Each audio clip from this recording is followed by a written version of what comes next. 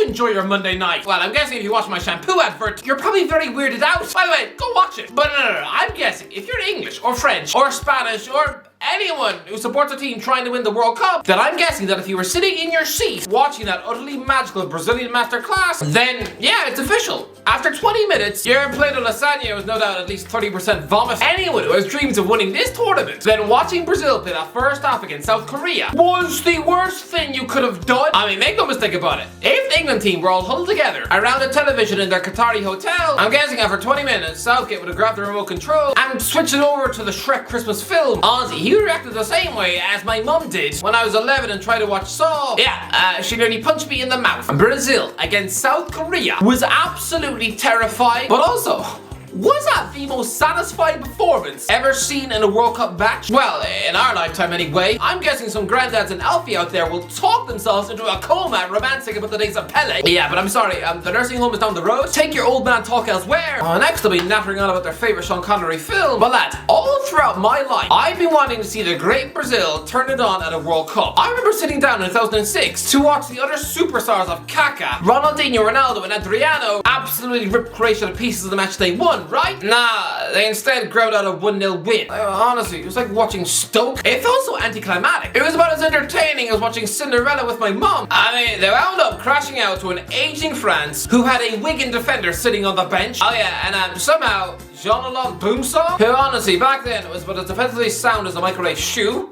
No way would he make this France squad. It's... what? But similarly, in 2010, Brazil were another letdown, only beating North Korea by 1 goal. I mean, come on, this is the famous Brazil. I was baying for blood. And Brazil in 2014 were an absolute mess. I mean, I'm sorry, but I'm not even Brazilian. And even I don't forgive any of the 14 players who disgraced their country at home soil by losing a World Cup semi-final by 7 goals to 1. Honestly, look at the team sheet from that match. No wonder half the players are using fake names. I mean, does anyone remember who the hell are Cicinado, Diaz, Vieira de Souza, Chavez Guedes, Costa Santos? I mean, what about the world famous Suarez de Espindola in goal? Honestly, it's like their agents had leaked fake passports to the press. But I'll never forget that this was a big bag of footballing shame who, honestly, should be forced to go and work on a farm milking pigs and fiddling with sheep for the next 40 years. By the way, if you're new here, slap that big fat red subscribe button. Try to get to 200k as soon as possible. If you're new here, hit that button, you absolute legends. Oh yeah, and go and watch the shampoo ad. It's very weird.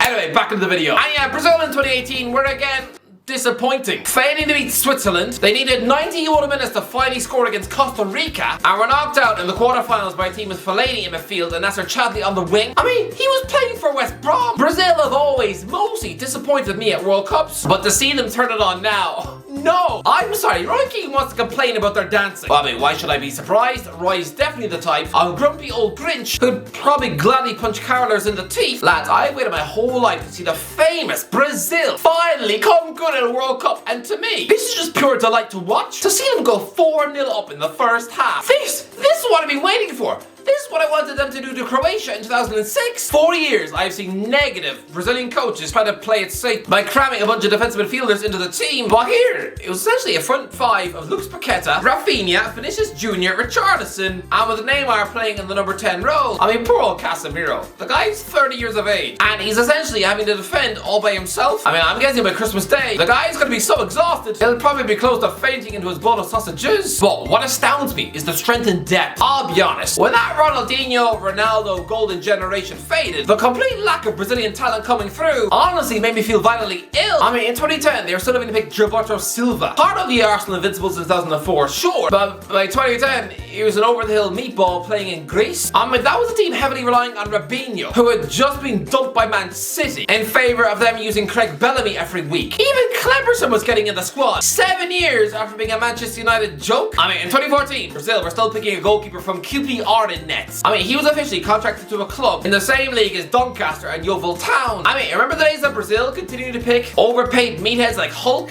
Oscar, and Joe? Even in 2018, Brazil were still picking an aging centre back called Miranda, who just sounds like something out of Desperate Housewives. I mean, remember Renato Augusto? A midfielder about as exciting as an ice cream made of snot? I mean, 5 years in China and he was still making the team, as were fellow mercenaries like Paulinho, Douglas Costa, I mean, after Neymar, Coutinho was the star man. He now plays for Aston Villa. To me, the talent had just dried up. Brazil is supposed to be this fairy tale land of footballing skill. And yet, for me growing up, I was slowly watching their squad get infiltrated with hideously average mulch. I didn't know what happened. Had kids in Brazil suddenly discover the Xbox, and instead of playing football on the street with their mates, were they now too busy downloading Fortnite and eating popcorn on the toilet? But now, I'm sorry, but their current squad is the best in 20 years. I mean, that second string team played against Cameroon, that could easily be the first team, and nobody would bat an eye. I mean, that second string had a 4-time Premier League champion in goal, a guy who's won 32 trophies at right back, a centre-back pairing from Real Madrid and Juventus, a former Manchester United left-back, a midfield two of,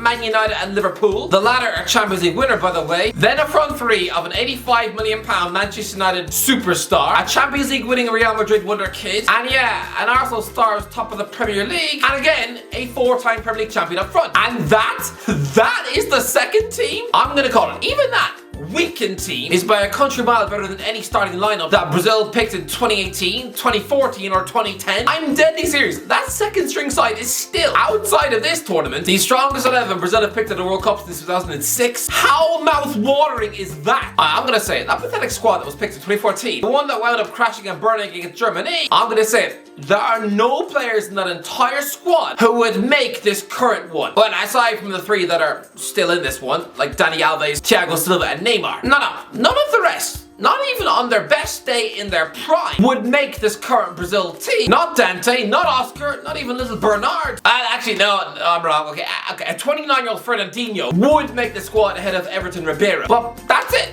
Just one new player. Same thing in 2018, just Fernandinho again, and that's it. And again, even from the 2010 squad, the only 3 who'd still make this current squad would be Inter Milan centre half Lucio, who just won the Champions League, and also Real Madrid star Kaká, and Sevilla goal machine Luis Fabiano. Yeah, they would probably squeeze out Gleison Bremer, Pedro, and Gabriel Jesus, but that is it. I mean, Bruno Cabares did not start against Cameroon, so he's in their third 11? Tite's third choice Brazil 11? I'm telling you, even him, going outside of this tournament, the Newcastle midfielder would have started for Brazil in every World Cup match going back to 2006, and even then it would just be a toss-up between him and Juninho. I mean, weirdly, both Brazil stars who played in Leon's midfield, actually no, to be fair, no, okay, it wouldn't actually be a toss-up, would it? Because Juninho was utter class. But still, do you see how strong this squad is? Lads, Ederson is second choice goalkeeper, and he would have literally started in every single Brazil team of all time.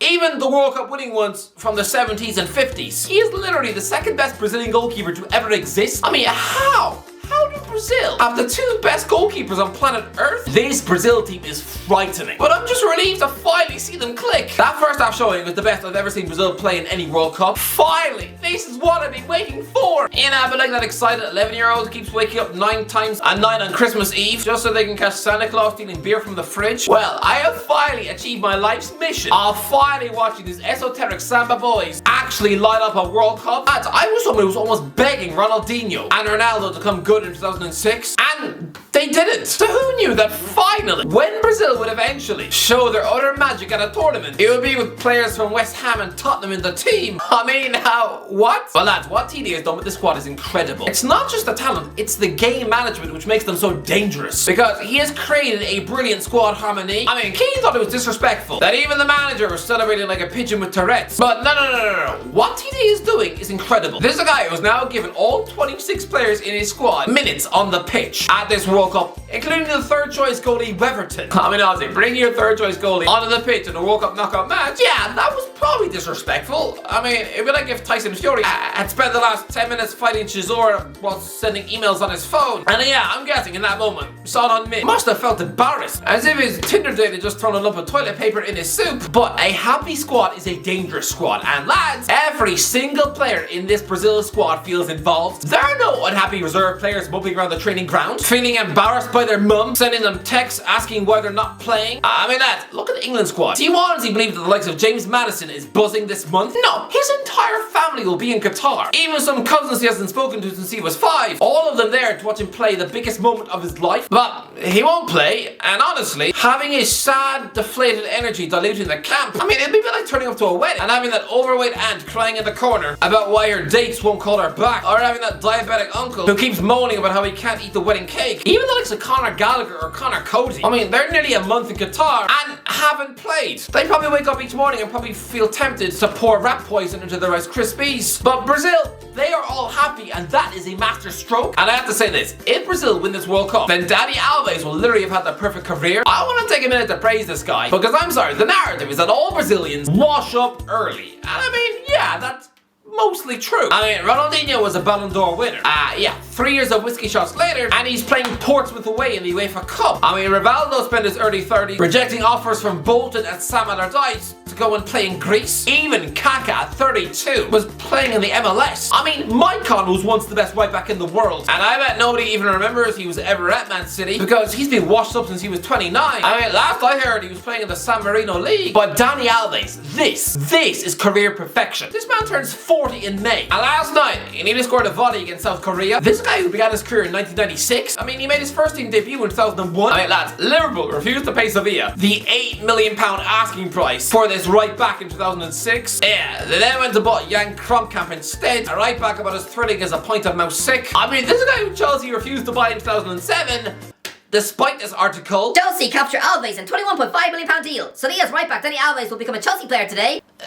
No, they pulled out at the last minute and signed Giuliano Belletti instead. I mean, what? Yeah, Man City eventually tried to buy him too, but Alves, he didn't need a Premier League move to carve out the most perfect career known to man. He has won 32 trophies, more than anyone else, including 6 La Ligas, 3 Champions Leagues, a Serie A, 2 League Uns. I mean, I thought when Brazil won the 2019 Copa America, then that was the perfect fairy tale ending to his career. Now, I mean, he stuck around to win the Olympics a year later, but he's still not finished. He still found time to join Barcelona at 38 years of age. He's currently playing in Mexico, and yet could still bow with his first ever World Cup. This is a man who reinvented the right back role, not Trent. I mean, this is a defender who scored 68 goals and chipped in with 197 assists. That is mental. He literally eats assists like the Maltesers. I mean, this guy who literally played against Gareth Southgate in a European final. And now he's competing against him at a World Cup, but he is still just a player. It's astonishing, and honestly, if Brazil win this World Cup, then I don't care. Alves will have had the perfect